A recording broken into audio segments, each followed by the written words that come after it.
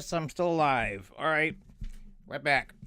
Yes, it's Patrick, PM Insights. I know it's been a while. I always say that, but I was doing something constructive. I've been, you can see I've done some work around the studio here. You know, I did a lot of work in the office. I straightened things out. I mean, seems like I just did this like 6 months ago, and I took out like 3 big garbage cans full of junk. Piles up so fast. So, and I've organized. I've painted the closet. Gave myself some more room to work in the closet there, and I'll give a tour, a visual tour one of these days. And I'm just kind of working with things here, so be patient. One of the worst things I'm doing is I keep. This is the first one I've made since I'm doing this at this angle.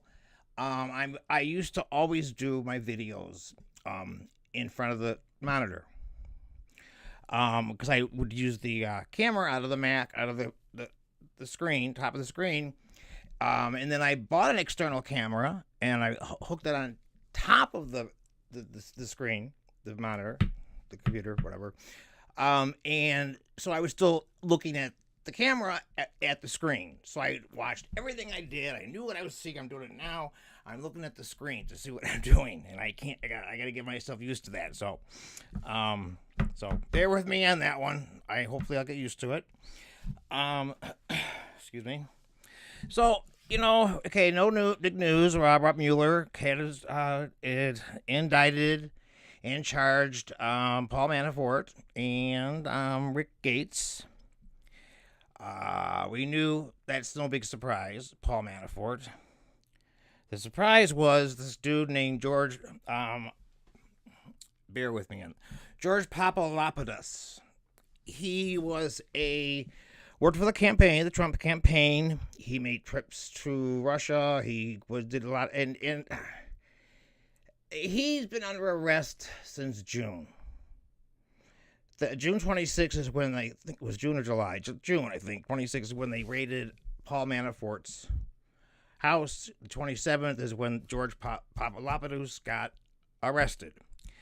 And some people think that he's been wearing a wire like since August. Who knows? Even if it was just the last week, it doesn't matter. But he's been wearing a wire. And Sarah Huckabee, here she is, he's a voluntary basis. He works here on a voluntary basis. He probably did one thing, blah, blah, blah, blah, lying through her ass. Oh, she lies because she has to.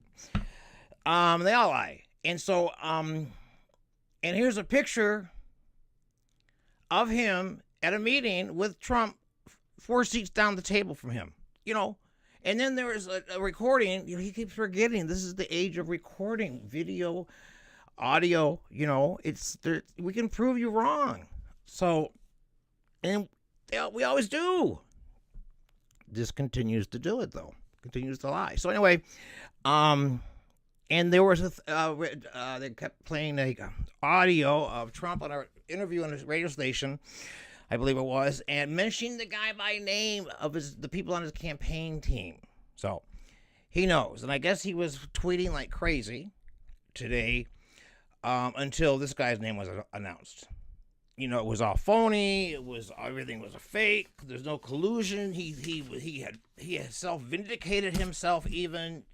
See, there's no collusion, and this guy's name popped up, and everyone shut up. He shut up. He hasn't tweeted all day.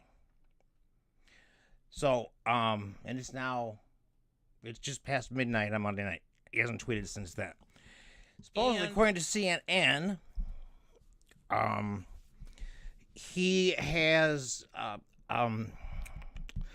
he's been talking with Steve Bannon, and that's not a good choice right now to talk to, but Steve Bannon is telling him supposedly, to somebody's, who knows,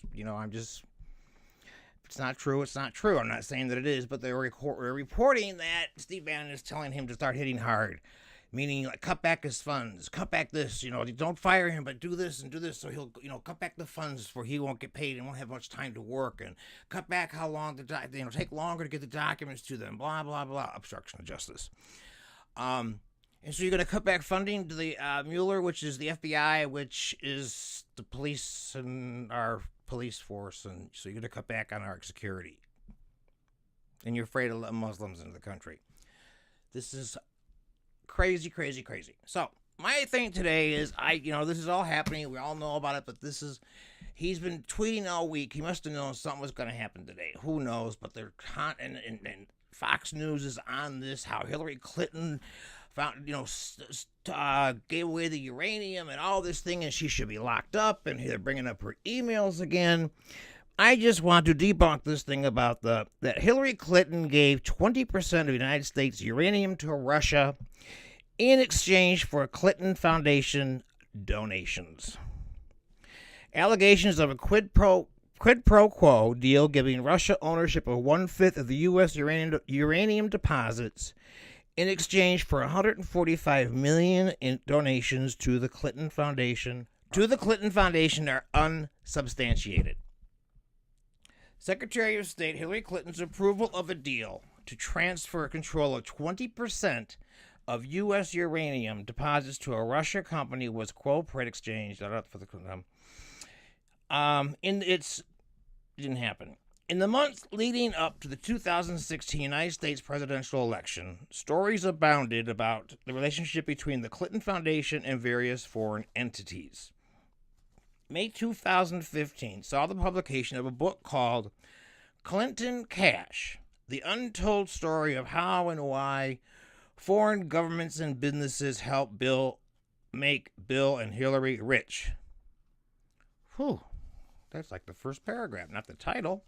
An expose of alleged Clinton Foundation corruption written by Peter Schweitzer, a former Hoover Institution fellow and an editor-at-large at the right-wing media company Breitbart. Okay, there's your first red flag right there. Okay, hello. Okay, so happy Halloween. Just thought of that. A chapter in the book suggests that the Clinton family and Russia each may have benefited from a pay-for-play scheme while Hillary Clinton was Secretary of State, involving the transfer of U.S. uranium reserves to the new Russian owners of an international mining operation in exchange for $145 million in donations to the Clinton Foundation. Well, this guy, the editor-at-large at Breitbart, this is from his book. The mining company, Uranium One, was originally based in South Africa, but merged in 2007 with Canada-based Eurasia Energy. Shareholders were retained a controlling interest until 2010, when Russia's nuclear agency, Rosatom, completed purchase of a 51% stake. Hillary Clinton played a part in the transaction because it involved the transfer of ownership of a material deemed important to national security, uranium, amounting to 1/5 of U.S. reserves, thus requiring the approval of the Committee on Foreign Investment in the United States, CFIUS, on which the U.S. Secretary of State sits. During the same time frame that the acquisition took place, Schweitzer claims that in Clinton Cash, short for that Clinton Cash, blah, blah, blah, blah, blah, how they did this and that and that. The Clinton Foundation accepted contributions from 9 individuals associated with uranium, one totaling more than $100 million. Among those who followed him in citing the transaction as an example of alleged Clinton corruption was GOP presidential nominee Donald Trump, who said during a June 16th speech in New York City, Hillary Clinton's State Department approved the transfer of 20% of America's uranium holdings to Russia, while 9 investors in the deal funneled $145 million to the Clinton Foundation. Okay. Trump's campaign repeated this allegation in September 2016 press release, again in a 2016 television ad, stating that Clinton gave American uranium rights to the Russians. And there was an image, I'm going to show this here, image circulating via social media. So Hillary, if Russia is such a threat, why do you sell them 20% of our uranium? Are you a liar or a traitor or both? Well, he just described himself, Trump. So the uranium, okay, this is what it boils down to. Like I say, Fox News, Hannity's just like, oh my gosh, Hillary's gonna go to jail. Unbelievable. That's because they're just trying to take away the attention from the real Russian investigation. But now Sarah Huckabee will call the Clinton uranium thing, this is the real Russian collusion. You need to pay attention to the DNC. She told the press. Unbelievable. Okay, among the Uranium One deal was not Clinton's to veto nor approve. Among the ways these accusations stray from the facts is attributing a power of veto or approval to Secretary Clinton that she simply did not have. Clinton was one of 9 cabinet members and department heads that sit on the CFIUS, and the Secretary of the Treasury is its chairperson. CFIUS members are collectively charged with evaluating the transaction for potential national security issues, then turning their findings over to the to the president. By law, the committee can't veto a transaction. Only the president can. According to the New York Times, Clinton may not have even directly participated in the Uranium One decision. Then Assistant Secretary of State Jose Fernandez, whose job it was to represent the State Department on CFIUS, said Clinton herself never intervened in committee matters. Despite transfer of ownership, the uranium remained in the U.S.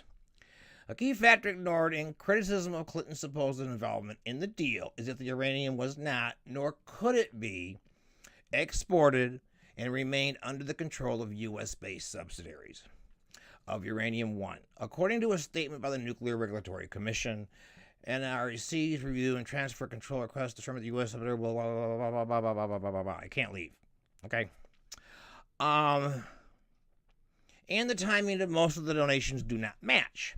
Of the $145 million that allegedly contributed to the Clinton Foundation by Uranium One investors, the lion's share, $131.3 million, came from a single donor, Frank Giostra, the company's founder. But Giostra sold off his entire stake in the company in 2007, 3 years before the Russia deal, and at least 18 months before Clinton became Secretary of State. So people, it's been debunked. There were 9 committees on this, 9 different boards on this committee. She didn't have the sole right to say yes or no. It's a bunch of bullshit. Leave it alone, Fox. This is not the real. There'll be on this thing on the video that, subscribe, to the YouTube thing and all that, which thank you so much. I've gotten enough subscriptions now that I can actually film live. I don't know how I'm going to utilize that yet, but I'm going to do that. Maybe take phone calls or have a guest or something. I just want to spruce. I want to get both sides of everyone's story on these things, on life, on this world right now. So, and I'm doing a newsletter. So click on pminsights.com and subscribe to get the newsletter. All right, I appreciate it. Love you. Like a donut.